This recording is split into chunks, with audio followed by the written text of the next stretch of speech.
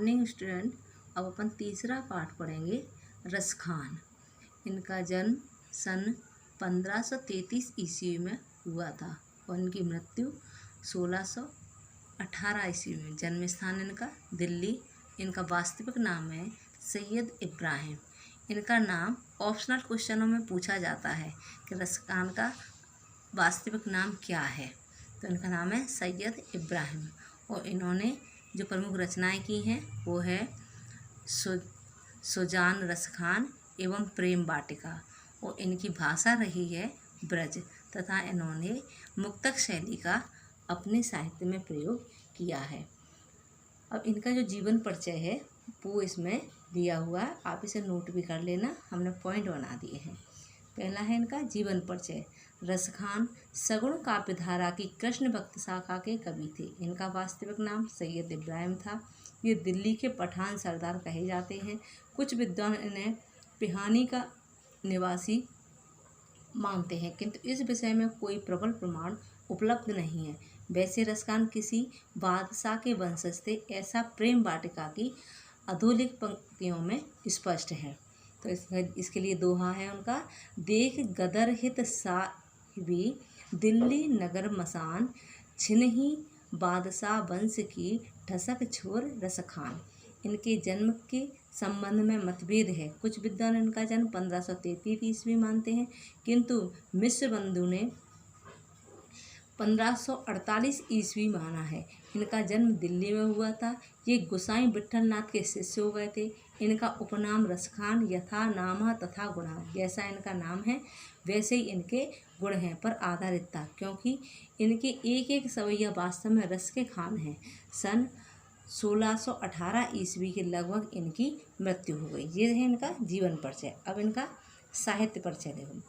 तो साहित्य परिचय। रसखान आरंभ से ही बड़े प्रेमी व्यक्ति थे। इनका अलौकिक प्रेम भगवान कृष्ण के प्रति अलौकिक प्रेम भाव में परिवर्तित हो गया था। ये जितना कृष्ण के रूप सौंदर्य पर मुग्ध थे, उतने ही उनकी लीला भूमि ब्रज के प्राकृतिक सौंदर्य पर भी। कृष्ण के प्रति इनके प्रेम भाव में बड़ी तीव्रता, गहनता और आवेशपूर्ण तन्मयता मिलती है।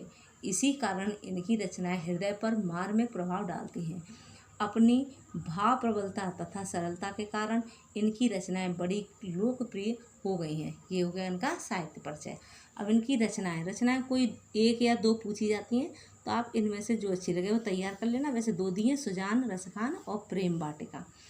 अब इन्होंने क्या करा था कि प्रेम वाटिका में 25 दोहे हैं। इन्होंने मुक्तक शैली का प्रयोग किया है। अब है इनकी भाषा शैली। रसखान ने ब्रज भाषा में काव्य रचना की। इनकी भाषा मधुर एवं सरस है।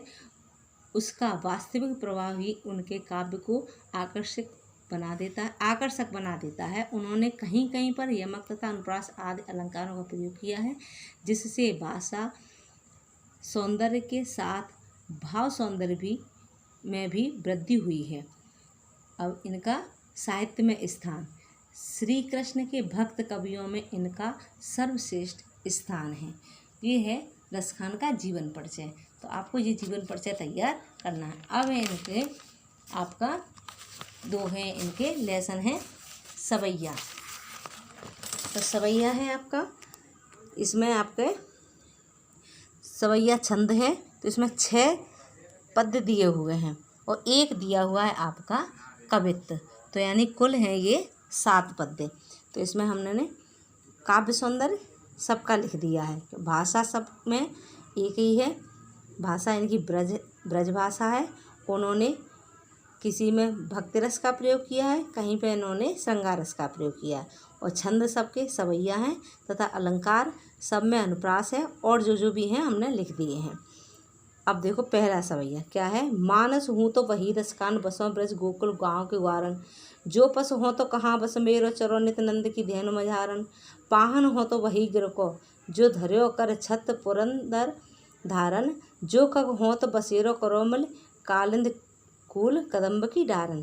तो उन्होंने क्या बताया है कि उन्होंने कृष्ण की भक्ति का इसमें वर्णन किया है कि भक्त कवि रसखान कहते हैं कि मानस हूँ तो वही रसखान, कि महाकवि रसखान कहते हैं यदि मैं हे प्रभु, हे श्री कृष्ण, हे मेरे भक्त, हे मेरे भगवान, यदि मैं मनुष्य बनूं तो बसों ब्रज गोकुल गांव के कारण, तो मैं चाहता हूँ कि मैं ब्रज और गोकुल के गांव में ही वास करूँ, ग्वालों के बीच में ही रहूँ। जो पशु हो तो कहाँ बस मेरो, यदि मैं पशु बनूँ तो मेरा बस तो है नहीं, मैं जानवर बनूँ तो चरो नित नंद की ध्यान मजान, तो मैं चाहता हूँ कि मैं नंद बाबा की गायों के बीच में चरने जाऊँ। पाहन हो तो वही गिर को, यदि मैं पत्थर बनूँ तो उसी पर्वत का, गिरी मीन्स पर्वत का, जो धरो कर छत्र पुरंदर धारण, जिसको श्री कृष्ण ने छत्र बना करके अपनी उंगली पर धारण कर लिया था।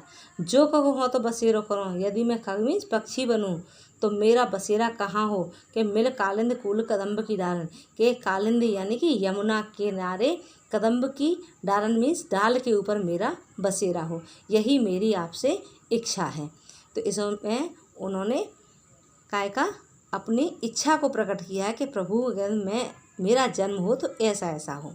अब दूसरा देखो, आज गई हती भो रही हों, रस खाने रही वह नंद के भोहन, बाको जियो जुग लाखर करोड़न जो जसोमत कौशक जात कहो नहीं, तेल लगाए लगाए के अंजन भोह बनाए बनाए डिटोनन, डार हमेलन हार निहारत बार ज्यों चुचकारत चौहन। कि एक सखी कहती है कि आज मैं सुबह होते ही, आज गई भोर ही, भोर में सुबह ही में, रस खाने रस की खान नंद बाबा के भवन में गई थी मैं।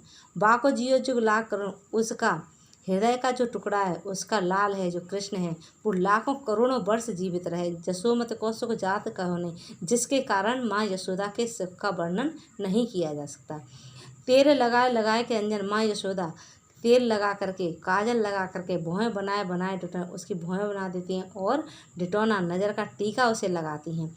डार हमेलन हार निहारत, और उसके गले में मोतियों की माला पहना करके, हार पहना करके तथा हमेल पहना करके उसे बार बार निहारती हैं, और भारत ज्यों चुचकारत ज्यों, अपने स्वयं को उनके ऊपर न्यौछावर करती हैं तथा अपने छौन में इस पुत्र को बार बार चुचकारती यानी कि पुचकारती हैं, प्यार करती हैं।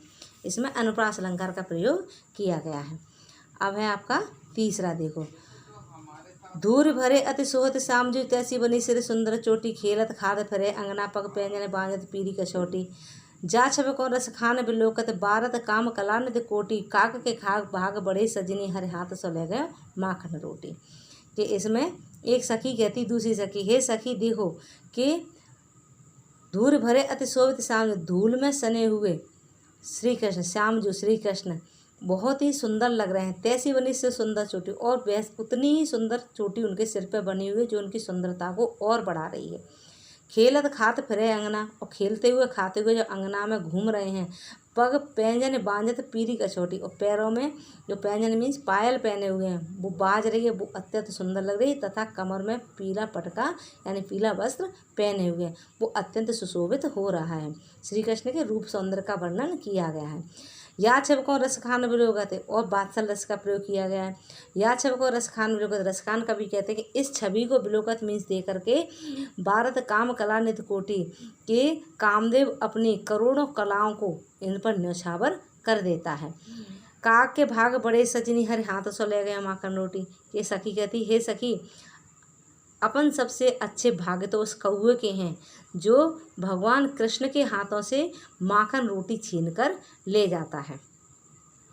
ये हो गया आपका, कितने पद्य हो गए? 3 पद्य हो गए। काव्य सौंदर्य आपका लिखा हुआ है, आप इन सब चीज़ों को नोट कर लेना।